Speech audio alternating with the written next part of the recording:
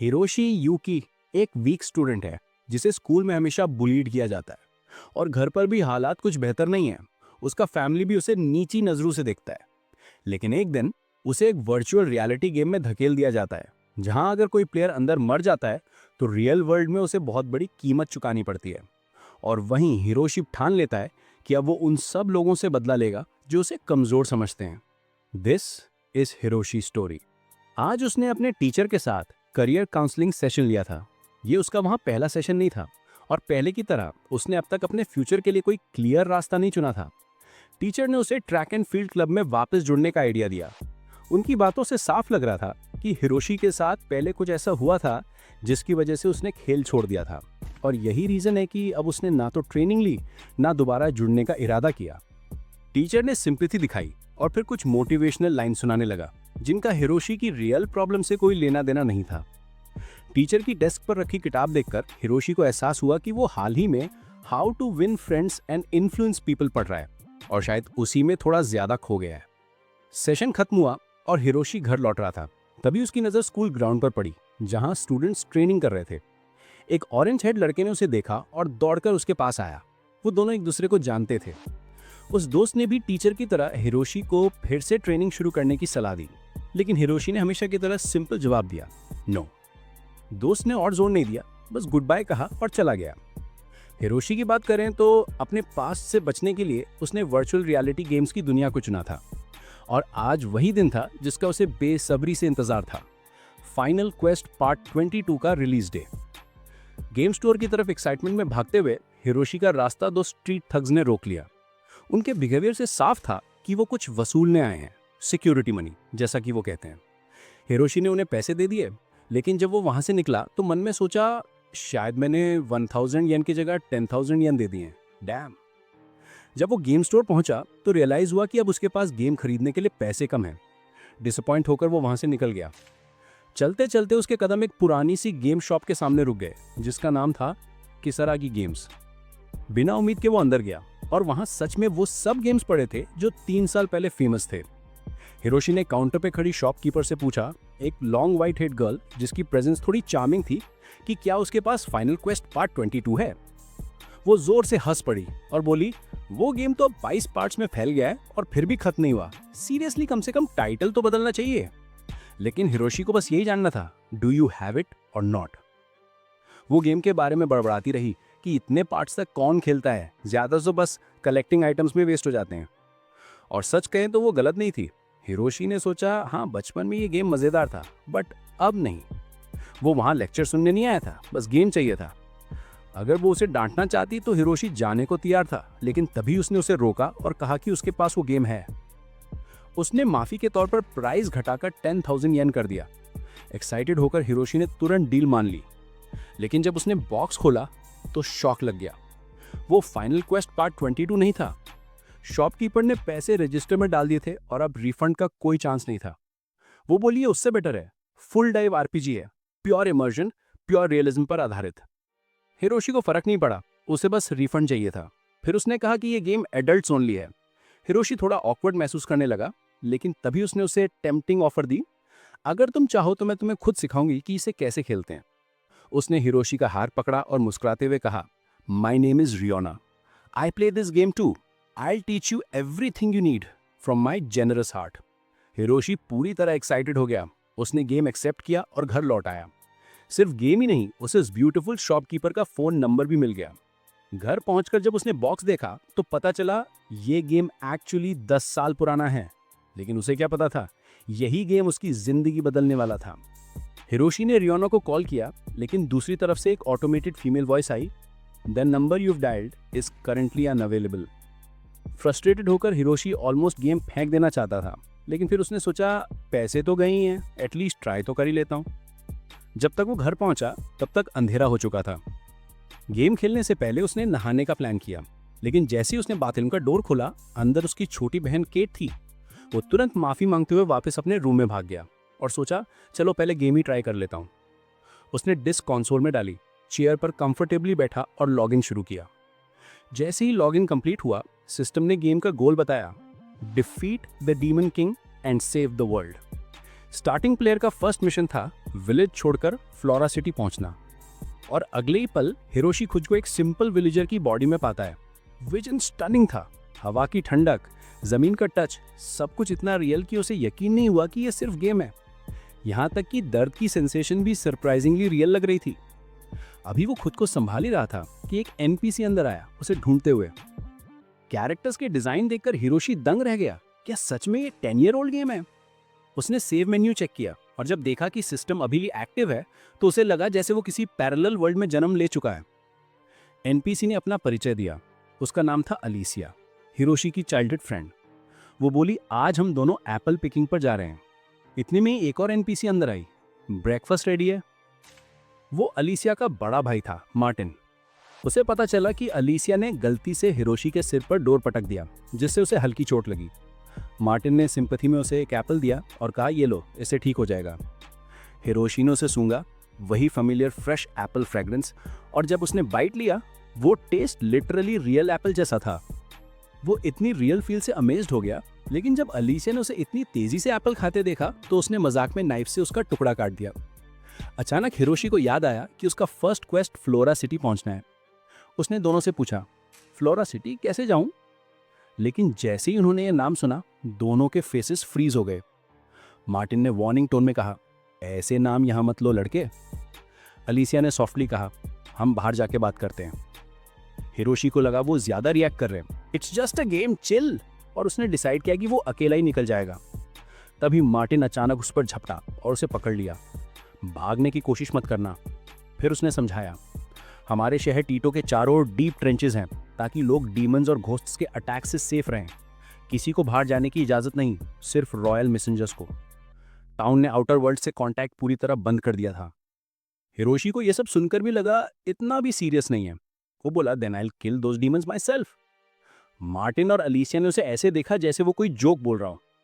Martin ने कहा, चल तुझे दिखाते हुए दुनिया कितनी क्रूल है। हिरोशी ने सोचा, मे बी ये ट्रेनिंग पार्ट है। वो डिफेंड करने के लिए रेडी हुआ, लेकिन उससे पहले ही मार्टिन ने उसके चेहरे पर जोरदार पंच मारा। हिरोशी डर से चीख पड़ा, डैम, ये इतना रियल कैसे है? लेकिन मार्टिन रुका नहीं, उसने और पंचेस मारे, तब तक जब तक हिरोशी की नोच से खून नहीं निकलने लगा। मार्टिन कामली एप्पल खाते हुए बोला, तेरे जैसे कमजोर शरीर से तू रैबिट को भी नहीं मार सकता, डीमन तो दूर की बात है। ये सुनकर हिरोशी के अंदर का गुस्सा फट पड़ा। रियल लाइफ में वो हमेशा बुलीड हुआ था और अब गेम के अंदर भी ह्यूमिलेशन झेल रहा था। वो सह नहीं पाया। उसने मार्टिन को धक्का दिया। बस वो हल्का पुश होना था, लेकिन नाइफ मार्टिन के गले में जाकर घुस गया। हिरोशी शॉक में फ्रीज हो गया। अलीसिया चिल्लाई। उसकी आंखों में डर और गुस्सा दोनों थे। हिरोशी बार बार कह रहा था, इट वॉज एन एक्सीडेंट। लेकिन जो मर गया वो मर गया। घबराकर हिरोशी भाग गया। अलीसिया उसके पीछे किसी वाइल्ड एनिमल की तरह दौड़ी। वो कई दिनों तक भागता रहा। फाइनली एक गली में जाकर उसे खो दिया। सांसें तेज चल रही थी। उसका दिल जोर से धड़क रहा था। उसने खुद को समझाया, इट्स जस्ट अ गेम। अगर मैं लॉग आउट करूंगा तो मार्टिन फिर से जिंदा हो जाएगा। लेकिन तभी अचानक हवा में एक फेमिलियर वॉइस गूंजी। वो थी रियोना। वो पहले जैसी ब्यूटीफुल दिख रही थी, बस थोड़ी छोटे कद की। उसने कहा, मैं एक फेरी कैरेक्टर हूं जिसे गेम कंपनी ने स्टोर ओनर्स को पर्सनली असाइन किया है। मैं प्लेयर्स की मदद करती हूं, लेकिन एनपीसीज और डीमंस मुझे देख या सुन नहीं सकते। वो हिरोशी की तरफ देखती है और साई करती है। लेकिन तुम्हारे केस में मैं बहुत लेट पहुंची। वो उसकी नेक पर लगे टाइटल टैग को चेक करती है। उस पर लिखा था, the childhood friend killer. Riyona ने डीप ब्रेथ ली और बोली, हिरोशी, तुम्हें शायद पता नहीं, पर तुमने इस गेम में एंट्री लेते ही स्ट्रेट पाथ टू हेल चुन लिया है। हिरोशी ने समझाने की कोशिश की कि यह बस एक एक्सीडेंट था, लेकिन रियोना ने कहा, हर किलर यही कहता है। वो उस टाइटल से चिपके रहना नहीं चाहता था, इसलिए उसने गेम को रीस्टार्ट करना चाहा। लेकिन रियोना ने अफसोस से बताया, इस गेम में रीस्टार्ट फंक्शन नहीं है। ये रियल लाइफ जैसा हाइपर रियलिज्म गेम है। गेम अपने आप प्रोग्रेस सेव करता है, इसलिए अगर हिरोशी अभी लॉग आउट भी कर दे तो अगली बार लॉग इन करते ही वो वहीं से शुरू करेगा जहां छोड़ा था, यानी उसके नाम के साथ चाइल्डहुड फ्रेंड किलर का टैग हमेशा रहेगा। रियोना ने उसे वार्निंग दी कि हार्डवेयर के साथ छेड़छाड़ ना करे, क्योंकि अगर उसने ऐसा किया तो गेम सीधे उसके अंदर सेव हो जाएगा। अब उसे नया वीआर कंसोल खरीदना पड़ेगा। जिसकी कीमत थी 9 लाख येन। कोई पागल ही इतना खर्च करेगा, हिरोशी ने कहा। रियोना मुस्कुराई और बोली, मेरी दुकान से 12 लाख 20,000 येन में ले लो, डिस्काउंट भी समझो और मैं रिच भी हो जाऊंगी। हिरोशी गुस्से में पैसे वापस मांगने लगा, लेकिन उसने साफ मना कर दिया। उसकी दुकान पर पहले ही डिस्क्लेमर लगा था, नो रिफंड्स, नो एक्सचेंज। जब हिरोशी ने केस करने की धमकी दी, रियोना को कोई डर नहीं था। आखिर उसके पास किसी स्कूल किड से कहीं ज्यादा टाइम और मनी थी। उसने बस कहा, एक्सेप्ट इट और गेम खेलो। रियोना ने फिर बताया कि इस गेम का नाम है ultimate quest, shorten two ohm, जो 10 साल पहले जापान में लिमिटेड क्वांटिटी में रिलीज हुआ था। ये कंप्लीटली इंटरैक्टिव आरपीजी था, लेकिन अब तक वारंटी से बाहर और हिस्ट्री के सबसे अनपॉपुलर गेम्स में से एक माना जाता था। फिर भी कुछ रेयर प्लेयर्स थे। उनमें से एक था जिंजी, जिसने 10 साल पहले इसी गेम की शुरुआत में अपने बचपन के दोस्त को मार दिया था। रियोना ने सलाह दी कि हिरोशी उसे ढूंढे, शायद जिंजी उसे समझा सके कि इस दुनिया में सर्वाइव कैसे किया जाए। उसने हिरोशी को अपनी पाउच चेक करने को कहा। उसमें 30 गोल्ड कॉइन्स थे। उसने सजेस्ट किया कि डिस्गाइज बदलने के लिए कुछ नए कपड़े खरीद ले, क्योंकि मार्टिन की डेथ की खबर फैल चुकी थी और अब वो एक वांटेड पर्सन था। वे एक टेलर की दुकान पहुंचे। हिरोशी ने एक शर्ट उठाई। कीमत थी 15 गोल्ड कॉइन्स, लेकिन दुकानदार ने उसे पहचान लिया। उसने शिकायत नहीं की, मगर एक बिजनेसमैन की तरह चाल चली। कीमत बढ़ाकर 25 गोल्ड कॉइन्स कर दी। उसने साफ कहा, अगर नहीं खरीदा तो मैं सबको बता दूंगा कि तुम वही हो जिसने अपने दोस्त को मारा है। हिरोशी के पास कोई ऑप्शन नहीं था। वो सोच रहा था, रियल लाइफ में भी मेरा एक्सप्लॉयटेशन होता था और अब गेम में भी वही हाल है। तंग आकर उसने जिंजी को ढूंढने का फैसला किया। रियोना के मुताबिक जिंजी पिछले 10 साल से कसीनो में रह रहा था। दोनों उसकी तलाश में निकले। शहर बहुत बड़ा था, क्योंकि ये दुनिया से कटा हुआ और पूरी तरह सेल्फ सस्टेन्ड था। जो कोई भी बिना परमिशन शहर छोड़ने की कोशिश करता तो उसे वहीं मार दिया जाता, इसलिए कोई रिबेलियन की हिम्मत नहीं करता था। रियोना ने कहा, अगर तुम सच में सिटी से बाहर निकलना चाहते हो तो पहले जिंजी से मिलो। वे एंटरटेनमेंट जोन की तरफ बढ़े, लेकिन वहां जिंजी नहीं, अलीसिया थी। डिस्गाइज के बावजूद वो हिरोशी को तुरंत पहचान गई। आखिर वो उसकी चाइल्डहुड फ्रेंड थी। किसी और के लिए धोखा मुमकिन था, पर उसके लिए नहीं। रियोना ने समझाया, इस गेम के एनपीसी सिंपल बॉट्स नहीं हैं। ये एआई से जुड़े हैं और पूरी तरह इंडिपेंडेंट और रियल इमोशंस वाले बीइंग्स हैं। हिरोशी ने फिर कहा, मैंने जानबूझकर नहीं किया था। हैरानी की बात यह थी कि अलीसिया ने उसकी बात मान ली। वो बोली, मुझे माफ करना, मैं पहले बहुत गुस्सा थी, लेकिन अब समझ गई हूं, मैं तुमसे बहुत प्यार करती हूं। हिरोशी को लगा कि सब सुलझ गया। उसने राहत की सांस ली, लेकिन अलीसिया की आंखों में एक अजीब चमक थी। वो बोली, क्योंकि मैं तुमसे प्यार करती हूं, इसलिए मैं तुम्हें और बाकी सबको मार दूंगी, ताकि हम तीनों फिर से साथ रह सकें। उसने वही नाइफ निकाली जिससे मार्टिन की मौत हुई थी और कसम खाई, मैं तुम्हें वैसे ही काटूंगी जैसे मैं एप्पल छीलती हूं।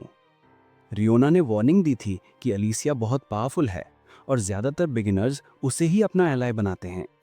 क्योंकि अलीसिया रियोना को नहीं देख सकती थी, उसने सोचा हिरोशी भगवान से प्रार्थना कर रहा है और उसे जल्दी हेवन भेज देना चाहिए। हिरोशी के सामने फिर लाइफ और डेथ सिचुएशन थी। रियोना ने जल्दी से कहा, जिगजैग में भागो, वो सीधा वार नहीं कर पाएगी। हिरोशी भागता रहा। दोपहर तक वो जंगल में एक वुडन कैबिन में छिप गया। थकान असली जिंदगी जैसी ही लग रही थी। अब उसके नाम के साथ नया टाइटल जुड़ गया, फास्ट रनर, फ्रेंड किलर। थका हुआ हिरोशी बोला, बस अब मैं लॉग आउट करता हूं, कल स्कूल भी जाना है। रियोना ने रोका, वेट, अभी सेव नहीं हुआ। लेकिन जब उसने मेन्यू खोला तो वो काम ही नहीं कर रहा था। तभी रियोना को समझ आया, गेम तब तक सेव नहीं करेगा जब तक लड़ाई खत्म ना हो जाए। अचानक अलीसिया पर झपटी उसने हिरोशी के हाथ पर वार किया। दूसरे हमले से पहले रियोना ने उसकी आंख पर पंच मारा, जिससे वो कुछ पल के लिए अंधी हो गई और हिरोशी वहां से भाग निकला। अलीसिया चिल्लाई, मैं तुम्हें ढूंढ ही लूंगी, चाहे तुम दुनिया के किसी भी कोने में छिपो। भागते हुए हिरोशी किसी तरह गेम से लॉग आउट हो गया। वो जोर जोर से हाँफ रहा था और अपने हाथ की ओर देखकर सोच रहा था, कितनी देर से मैं भाग रहा हूं। अगले दिन उसकी नींद रियोना के एक मैसेज से टूटी। उसमें लिखा था, स्कूल के बाद फिर से लॉगिन कर लेना, मुझे तुमसे बात करनी है। स्कूल में हिरोशी ने अपने दोस्त मोरी को अपनी कहानी सुनाई। अलीसिया का पीछा, मार्टिन की मौत और वो डरावनी चेज। दोनों ने पहले तो इसे एक बेकार गेम समझकर हंसकर टाल दिया। मोरी ने हंसते हुए कहा, ब्रो ऐसे गेम चलते रहे तो लोग तुम्हें लाइटली लेना बंद कर देंगे। हिरोशी ने श्रग किया, let them think what they want. शाम को घर आकर वो थका हारा बिस्तर पर लेटा हुआ और मोरी की बातों के बारे में सोच रहा था। तभी दरवाजे पर नॉक हुई। उसकी छोटी बहन कीडा आई। कीडा ने कहा, ये रात भर की चीखें बंद करो, पूरा घर जग जाता है। इन बेकार गेम्स को छोड़कर फिर से दौड़ना शुरू करो, वही तुम्हारे लिए सही था। हिरोशी ने बस एक अस्पष्ट हाँ कहा और बात टाल दी। फिर उसने फिर से गेम खोला और जैसे ही लॉगिन हुआ वो वापस उसी जगह था जहां भाग रहा था। उसका हाथ खून से सना हुआ था। सबसे पहले उसे अपने घाव का इलाज करना था। उसने इन्वेंट्री चेक की, कुछ हर्ब्स मिली, पर उसे समझ नहीं आ रहा था कि उन्हें मेडिसिन में कैसे बदला जाए। वो पत्तियां मसल कर कोशिश कर रहा था कि शायद कुछ काम बन जाए। तभी एक नशे में धुत आदमी वहां आया जो स्पष्ट तौर पर कोई प्लेयर ही था, क्योंकि उसे एनपीसीज का बिहेवियर पता था। तभी हिरोशी को समझ आया, ये जिंजी ही है। हिरोशी ने जल्दी से खुद का परिचय दिया और मदद के लिए हाथ जोड़ दिए। जिंजी ने एक नई ऑब्जर्वेशन दी और फिर भी उसने हर्ब से उसके घाव का ट्रीटमेंट कर दिया। इलाज के बाद दोनों साथ में कसिनो में गए। जिंजी ने बियर ऑफर की। हिरोशी ने मना किया, मैं माइनर हूं। जिंजी ने मुस्कुराकर कहा, ठीक है, कोला है। हिरोशी ने चक्कर देखा, सच में कोला जैसा ही टेस्ट था, पर जिंजी अभी भी थोड़ा नशीली हालत में दिखा। अभी भर हिरोशी ने धीरे से बताया कि उसने अपने बेस्ट फ्रेंड को गलती से मार दिया। जिंजी जोर से हंसा और किसी से बात करने लगा, फिर अचानक सीरियस हो गया। हिरोशी ने मेज की ओर देखा, 4 सीटें थीं, पर बाकी खाली। उसे शक हुआ। उसने पूछा, तुमने अपने दोस्त को क्यों मारा? जिंजी ने ठंडी सी आवाज में कहा, युवापन की गलती थी। उसने कुछ कहा जो मुझे सहन ना हुआ। मैंने अपनी लवर को भी मार डाला। हिरोशी चौंक गया, तुमने अपनी लवर भी? जिंजी ने बताया कि इस गेम में शरीर बिल्कुल रियल वर्ल्ड जैसा महसूस होता है। ये इतनी इंटरैक्टिव और इमर्सिव है कि अगर तुम स्ट्रांग या स्मार्ट नहीं हो तो सर्वाइव नहीं कर पाओगे। पिछले 10 सालों में बस एक बंदे ने ये गेम पूरा किया था। उसका नाम था कामी और उसका टाइटल था अनमैच्ड एडवेंचरर। जिंजी ने फिर अपने बारे में कहा कि उसका निकनेम ऑलमोस्ट अमानवीय जैसा है और वो खुद को अलग दिखाना चाहता था। जैसे ही हिरोशी ने आगे कुछ पूछना चाहा, जिंजी ने अचानक उसका क्लोक खींचकर फेंक दिया और कसीनो में चिल्लाया, सब सुनो, ये वही है जिसने अपने दोस्त को मारा है, द फ्रेंड किलर। लोग घूरने लगे। जिंजी ने हिरोशी से कहा कि पूछताछ में बस डिनाई करता रहे, शायद सजा बच जाए। पर जब गार्ड्स आए, उन्होंने तुरंत हिरोशी को घेर लिया। हिरोशी भागने की कोशिश करने लगा, लेकिन जिंजी ने पीछे से पकड़कर उसका गला दबा दिया और वो बेहोश हो गया। जिंजी हैरान था। हिरोशी इतना कमजोर दिखता था, फिर भी उसे बेहोश करने में असली ताकत क्यों लगी, ये उसके लिए सस्पिशियस था। जब हिरोशी की आंखें खुलीं तो वो सैनिकों के घेरे में था। पता चला कि जिंजी ने उसकी जासूसी बेच दी थी, बस शराब के पैसे जुटाने के लिए। जिंजी ने सख्ती से कहा, किसी की हत्या का इनकार कर दे, वरना तुम्हें हार्ड लेबर में झोंक दिया जाएगा। जिंजी ने खुद 13 साल जेल झेली थी, इसलिए उसे सिस्टम की सख्ती पता थी। फिर हिरोशी को भीड़ के सामने बाहर ले जाया गया। शहरवासी पत्थर फेंक रहे थे, चिल्ला रहे थे, उसका मजाक उड़ा रहे थे, किलर, मर्डरर। सैनिकों को भी चोटें आईं, इसलिए उन्होंने भीड़ को खदेड़ दिया और हिरोशी को वापस अंदर ले गए। वो बेहोश होते होते सोच रहा था कि उसने जिंदगी में कभी इतना ह्यूमिलिएशन महसूस नहीं किया। अचानक उसे गेम की शुरुआत में गॉडेस की आवाज याद आई, जिसने कहा था कि वो दुनिया को बचाने वाला हीरो है। उसी सोच से उसने थोड़ी हिम्मत जुटाई और गार्ड्स को वार्निंग दी कि अगर मुझे रिहा नहीं किया गया तो नतीजे होंगे। एक दिन कोई आएगा और मैं इस वर्ल्ड को डेमन्स से बचाऊंगा। गार्ड ने तंग आकर उसका मुंह बंद कर दिया और बोला, हर थीफ और मर्डरर यही कहानी सुनाते हैं, अब चुप हो जा।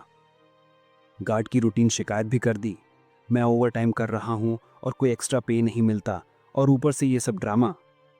हिरोशी के कानों में ये सब बातें घुस रही थीं। उसे दिखा कि हर तरह का अपराधी वही लाइन बोलता है। वो इससे तंग आ चुका था, खासकर इसलिए कि वो खुद बिना किसी इनाम के एक्स्ट्रा मेहनत कर रहा था। हिरोशी बार बार समझाने की कोशिश करता रहा, लेकिन तभी उसकी नजर छत की ओर गई। चांदनी में अलीशिया की तस्वीर चमक रही थी। उसके हाथ में अब भी वही सेब छीलने वाला चाकू था और रियोना के घूंसों से उसकी एक आंख लगभग अंधी हो चुकी थी। लेकिन उस पर हमला करने के बजाय हिरोशी डर गया और तुरंत वहां से निकलने का फैसला किया। उसने गार्ड से विनती की कि उसे तुरंत जेल में डाल दिया जाए। कुछ देर बाद उसे एक पत्थर की कोठरी में फेंक दिया गया। पहरेदार पूछताछ की तैयारी कर रहे थे। हिरोशी अब गेम बंद करना चाहता था, लेकिन कहानी का सीक्वेंस अभी भी जारी था, इसलिए वो ऐसा नहीं कर सका। थकी हुई सांसों के साथ उसने इंतजार करने का फैसला किया। करीब 30 मिनट बाद उसने फिर से लॉग आउट करने की कोशिश की, पर कोई असर नहीं हुआ। बार बार कोशिश करते करते वो झुंझलाने लगा, यहां तक कि जोर से चिल्लाने लगा। थोड़ी देर बाद भूख लगने लगी और उसे चुप रहना पड़ा। भूख की बेचैनी धीरे धीरे एक और जरूरत में बदल गई। उसे पेशाब जाना था। हिरोशी ने पास के शौचालय में जाने का सोचा, लेकिन जैसे ही उसने अपनी पैंट उतारी, अचानक मार्टिन का घोस्ट उसके सामने प्रकट हो गया। वो पीछे गिर पड़ा। शुक्र है कि वो गीना नहीं हुआ। मार्टिन उसे गालियां देने लगा, उसका मजाक उड़ाने लगा और खून थूकते हुए बोला, मैं तुम्हें छोड़ूंगा नहीं। हिरोशी ने खुद को बचाते हुए कहा, चाकू तो तुम्हारे हाथ में था, मैं कैसे दोषी हूं? मार्टिन कुछ देर सोच में पड़ा, फिर बोला, शायद कुछ हद तक गलती मेरी भी थी। फिर उसे उनका पुराना वादा याद आया, दोस्ती हमेशा जिंदा रहेगी। उसने हिरोशी से कहा कि उसे वो वादा दोहराना चाहिए, लेकिन हिरोशी को कुछ समझ नहीं आया कि मार्टिन किस बात की बात कर रहा है। आखिर मार्टिन बोला, ठीक है, जब तक याद नहीं आता मैं तुम्हें चैन से नहीं छोड़ूंगा। ये सुनकर हिरोशी को जिंजी की याद आ गई, जो अक्सर खुद से बातें किया करता था। शायद वो भी उन्हीं दो लोगों से बात कर रहा था जिन्हें उसने मार दिया था। मार्टिन ने उसे कस के पकड़ लिया। खून उसकी बाहों से टपक रहा था और वो बार बार रोता जा रहा था, मैं जीना चाहता हूं। डर के मारे हिरोशी चिल्लाने लगा, कोई है, हेल्प मी। कई बार आवाज लगाने के बाद आखिर एक लड़की की आवाज आई। लाल बालों वाली एक छोटी लड़की, जिसने जेल के दरवाजे की जंजीरें खोली। उसने कहा, चलो मेरे साथ चलो। रास्ते में उसने अपना नाम बताया, मजूरिसा, पर सब मुझे रीसा कहते हैं। वो उसे एक कमरे में ले गई जहां एक बिस्तर और कुछ टूल्स रखे थे। हिरोशी उलझन में था। रीसा ने हल्की मुस्कान के साथ पूछा, रेडी हो? इतने में एक चमकदार लाल वार्निंग स्क्रीन सामने आई। क्या आप इंटेंस स्टिमुलेशन के लिए मेंटली प्रिपेयर्ड हैं? हिरोशी थोड़ा शर्माया, तेज सांसें लेने लगा। उसे लगा ये वही अडल्ट सीन होगा जिसका जिक्र रियोना ने पहले किया था। उसके अंदर दो भाव आपस में टकराने लगे, एक जो प्योर था, सब रोक देना चाहता था, और दूसरा जो क्यूरियस और थोड़ा इंपल्सिव था। रीसा ने उसे बिस्तर पर लिटाकर कहा, आईज बंद करो। चारों तरफ सन्नाटा और हिरोशी को कपड़ों के उतरने की हल्की आवाज सुनाई दी। वो सोचने लगा, शायद अब कुछ रोमांटिक होने वाला है, लेकिन तभी मेटल की खनक सुनाई दी। हिरोशी ने आंखें खोली और देखा वो बंधा हुआ है। रीसा अब बीडीएसएम गियर में थी, एक इंटेरोगेशन ऑफिसर के रूप में। वो बोली, अब हम खेलेंगे, पर मेरे नियमों से। हिरोशी हैरान रह गया। रीसा बोली, सुना है तुम पर किसी डीमन का साया है, मैं तब तक मारूंगी जब तक वो भाग नहीं जाता। उसने कहा, अगर तुम टूट गए और कन्फेस कर लिया तो तुम्हें फांसी मिलेगी, लेकिन अगर सब झेल लिया तो तुम्हें छोड़ दिया जाएगा और तुम्हारे दोस्त की मौत का दोष डीमन पर डाल दिया जाएगा। फिर उसने आरी उठाई और हिरोशी के पैर पर हल्का वार किया। हिरोशी दर्द से चीखा। जैसे जैसे वो चिल्लाता जा रहा था, रीसा का चेहरा और भी ज्यादा अजीब संतोष दिखा रहा था। उसी वक्त रियोना वहां पहुंच गई। उसे याद आया कि हिरोशी ने पहले हेल्प मांगी थी। वो फिल्म देखने में व्यस्त थी, इसलिए देर हो गई। हिरोशी ने चिल्लाकर कहा, मुझे छोड़ दो। रियोना ने कोशिश की, लेकिन चेन्स बहुत मजबूत थी। वो बस चिल्लाई, होल्ड ऑन, थोड़ा और सह लो। जैसे ही आरी ने उसकी जांघ में हल्का कट लगा, खून बहने लगा। दर्द इतना असली था कि हिरोशी सह नहीं पाया और घबराकर खुद को गीला कर दिया। रीसा ने व्यंग में मुस्कुराते हुए कहा, अब तो मजा आएगा।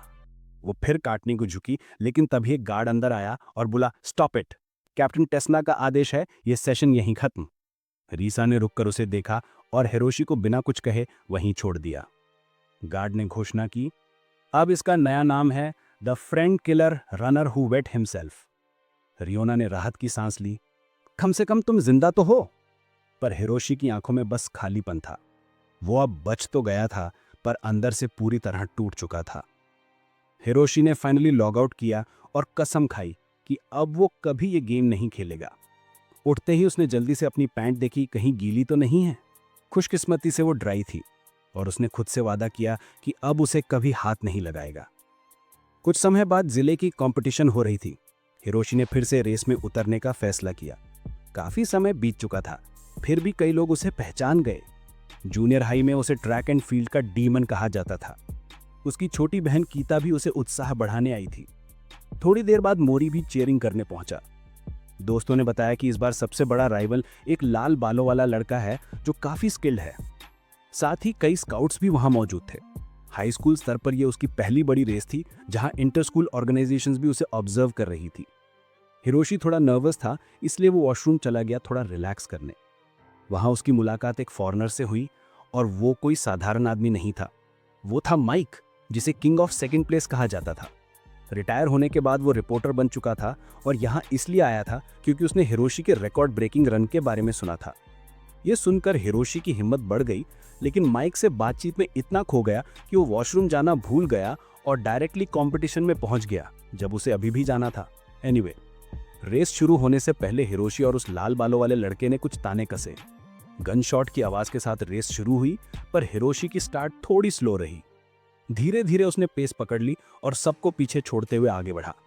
लेकिन जैसे ही वो लाल बालों वाले लड़के को पकड़ने वाला था, वो लड़खड़ाया और जमीन पर गिर पड़ा। दूसरा लड़का जीत गया और हिरोशी खुद को रोक नहीं पाया। सबके सामने उसने अपनी पैंट भिगो दी। पूरा क्राउड उसे देख रहा था। ऑनेस्टली उस वक्त तो कोई भी उसकी जगह होना नहीं चाहता था।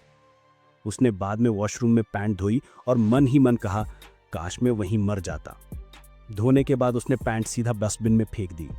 बाहर आया तो गीता ने उसे सांत्वना देने की कोशिश की, पर हिरोशी गुस्से में बोला, मुझे अकेला छोड़ दो।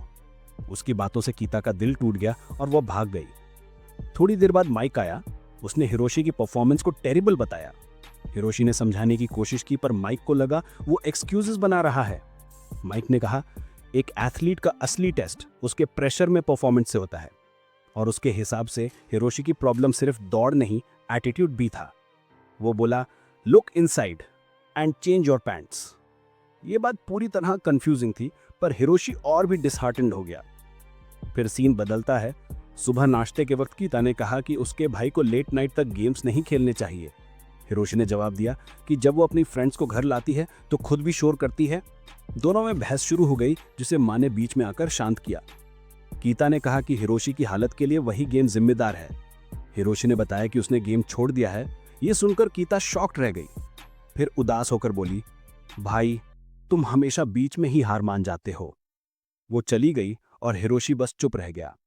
माँ ने बताया कि गीता बस चाहती है कि वो पहले जैसा कूल बने, क्योंकि वो हमेशा अपनी फ्रेंड से उसके बारे में बात करती थी। My brother is amazing. अगले दिन स्कूल में 2 लोकल बुलीज फिर से उसे पैसे के लिए घेरते हैं। थका हुआ हिरोशी बिना कुछ कहे उन्हें पैसे देकर चला जाता है। मोरी से मुलाकात होती है, पर वो उसे बात नहीं करता। स्कूल के बाद उसका टीचर उसे रोकता है, पूछता है कि वो फ्यूचर में क्या करना चाहता है। हिरोशी बस कहता है, मुझे नहीं पता, शायद थोड़ा वक्त चाहिए। जैसे ही वो बाहर निकलता है, उसका फोन बजता है।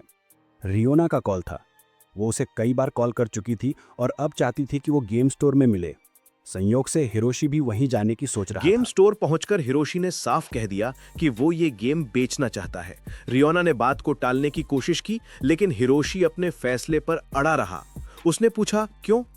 हिरोशी ने कहा, क्या ये पहले से साफ नहीं है? इस गेम ने मुझे लोगों को मारने, अपराधी बनने, कैद में जाने और लगभग मरने तक पहुंचा दिया।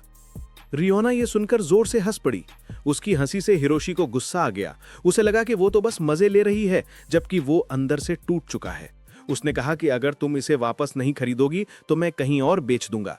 रियोना ने उसे रोकते हुए कहा, अगर अपने पैसे वाकई वापस चाहिए तो ऐसा मत करना। उसके पास अपने कुछ कारण थे, लेकिन वो अभी सच नहीं बता सकती थी। असल में उसने हिरोशी को यहाँ कुछ दिखाने के लिए बुलाया था। वो बोली, तुमने कामुई का नाम सुना है? हिरोशी को याद आया, जिंजी ने इसका जिक्र पहले भी किया था। रियोना ने बताया कि कामुई टोक्यो सिटी काउंसिल का सबसे यंग मेंबर है और इस गेम का सबसे स्किल्ड प्लेयर भी। फिर उसने हिरोशी को एक शॉर्ट इंटरव्यू क्लिप दिखाई जिसमें कामुई कह रहा था कि इस गेम ने उसकी जिंदगी बदल दी और वो अकेला इंसान था जिसने इसे पूरा किया। रियोना चाहती थी कि हिरोशी भी खुद गेम को जीतने की कोशिश करे, क्योंकि हार मान लेना किसी भी हाल में ऑप्शन नहीं था। उसने ये भी बताया कि उसके पास कामुई का खुद लिखा हुआ गाइड बुक है। हिरोशी को यह सुनकर हैरानी हुई, अगर गाइड था तो किसी ने गेम को पूरा क्यों नहीं किया? रियोना मुस्कुराई और बोली, क्योंकि कामुई ने यह तब लिखा था जब वो स्टूडेंट था और उस वक्त उसका ईगो स्क्राई पर था। उसकी राइटिंग इतनी ओवर कॉन्फिडेंट और इरिटेटिंग थी कि कोई उसे पूरा पढ़ ही नहीं पाता था। हिरोशी ने गाइड खोला और पढ़ना शुरू किया, लेकिन कुछ ही लाइनों के बाद कामुई उस पर ताने कसने लगा। अगर तुम ये गाइड पढ़ रहे हो तो तुम लूजर्स में से एक हो। हिरोशी दांत भींच कर पढ़ता रहा। गाइड में कामुई की पहली एडवाइस थी, शरीर को ट्रेन करो, स्टैट्स खुद बढ़ेंगे। हर दिन 100 पुशअप्स, 100 सिटअप्स, 100 स्क्वाट जंप्स और 10 किलोमीटर रन, जब तक सारे बाल झड़ ना जाए। हिरोशी ने सिर हिलाया, ये तो पूरी तरह से रिडिकुलस है। फिर उसने यूजफुल टिप्स खोजने के लिए आगे पढ़ना शुरू किया। अगले पन्ने पर लिखा था, मेरे बचपन का दोस्त मुझे मारना चाहता है। कामुई की सलाह थी, अगर तुमने ये इवेंट ब्रांच ट्रिगर कर दी है तो बस 4 बार मर जाओ और कहानी खत्म। हिरोशी को यकीन नहीं हुआ कि कोई ऐसी लॉजिक भी दे सकता है, लेकिन कामुई ने आगे एक हिडन ट्रिक लिखी थी, अगर लड़ाई जीतना इम्पॉसिबल लगे तो बिना लड़े जीत जाओ, बस अपने दुश्मन की वीकनेस खोजो और उसका फायदा उठाओ। हिरोशी को यह बात थोड़ी समझ आई और फिर उसने अगला चैप्टर खोला, the ghost of my best friend.